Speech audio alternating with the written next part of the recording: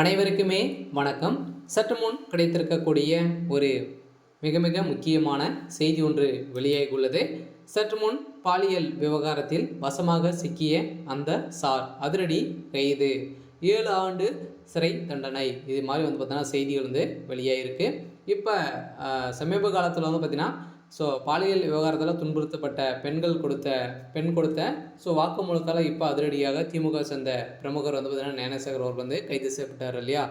இதைத் தொடர்ந்து இதில் திமுக சேர்ந்த அமைச்சர்களுக்கும் இது தொடர்பு இருக்குது அப்படின்ற மாதிரி தான் இப்போ வெளியிடக்கூடிய அடியிலும் ஏற்கனவே அந்த சார் அப்படின்ற மாதிரி பார்த்தீங்கன்னா மறைமுகமாகவே அனைத்து ஊடகங்களும் பார்த்தீங்கன்னா வெளியிட்டு இருந்த நிலையில் இப்போ அதிரடியாக பார்த்தீங்கன்னா சம்பளம் ஆகியிருக்கக்கூடிய நிலையில் தான் இப்போ பாலியல் விவகாரத்தில் சபாநாயகர் அப்பாவுக்கும் இதில் தொடர்பு இருக்குது. அந்த சார் சபாநாயகர் தான் அப்படின்ற மாதிரி இப்போ பார்த்தீங்கன்னா வெளிவட்டாரத்தில் பேசப்பட்டு வந்திருக்கக்கூடிய நிலையில் பார்த்தீங்கன்னா இவர் எப்பயுமே திமுகவுக்கு சார்ந்தவராக தான் இருந்து வராது இல்லையா. அதெல்லாம் பார்த்தீங்கன்னா இப்போ அதிரடியாக இந்த பாலியல் விவகாரத்திலும் அந்த பெண்மணி கொடுத்த வாக்குமூலத்தால் இப்போ அதிரடியாக சபாநாயகர் அப்பாவும் சிக்கியிருக்காரு. ஏற்கனவே உதயநிதி ஸ்டாலின் அவர்களும் சிக்கியிருந்த நிலையில் அவரும் கைது செய்யப்பட போகிறாரு. கூடிய விரைவில் பார்த்தீங்கன்னா நீதிமன்றமே இந்த வழக்கை தாமாக முன் விசாரணைக்கு எடுத்திருக்காங்க இல்லையா. இந்த விசாரணையின் அடிப்படையில் இப்போ அதிரடியாக சபாநாயகர் அப்பாவுக்கும் உதயநிதி ஸ்டாலின் அவர்களுக்கும் பார்த்தீங்கன்னா சமன் அனுப்பியிருக்கக்கூடிய நிலையில் வருகின்ற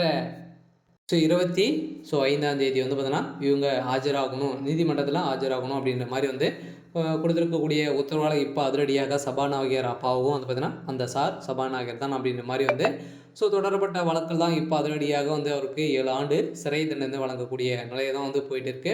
இருந்தாலும் இதில் இப்போ அந்த பாலியல் விவகாரத்தால் நிறைய ஆதாரங்கள் சிக்கியிருக்கு இல்லையா. ஞானசேகருடைய வீட்டில் அவருடைய சம்மந்தப்பட்ட நிறுவனங்களிலும் தான் நிறைய ரைடுகள் நடந்தது. அந்த ரைடின் அடிப்படையில் அவருடைய சொத்து மதிப்பே 1000 கோடிக்கு மேலே பார்த்தீங்கன்னா சொத்து மதிப்பே இருக்குது. அதெல்லாம் ஏற்கனவே திமுக சேர்ந்த அமைச்சர் ரகுபதி அவர்கள் இவர் ஒரு அடிப்படை உறுப்பினராக கூட இல்லை அப்படின்ற மாதிரி தான் சொல்லியிருந்த நிலையில் பார்த்தீங்கன்னா இப்போ அவர் இவ்வளோ கோடிக்கான அதிபதியாக இருந்தவர் யார் அப்படின்ற மாதிரி எடுத்திருக்கக்கூடிய நிலையில் தான் இப்போ இவர் திமுகவுடைய ஒரு முக்கிய புள்ளியாக தான் உதயநிதி ஸ்டாலின் அவர்களுக்கும் திமுகவுக்கு அனைவருக்குமே பார்த்தீங்கன்னா ரைட் கையாக இயங்கக்கூடிய ஒரே ஆளாக தான் இருந்தவர் தான் ஞானசேகர்.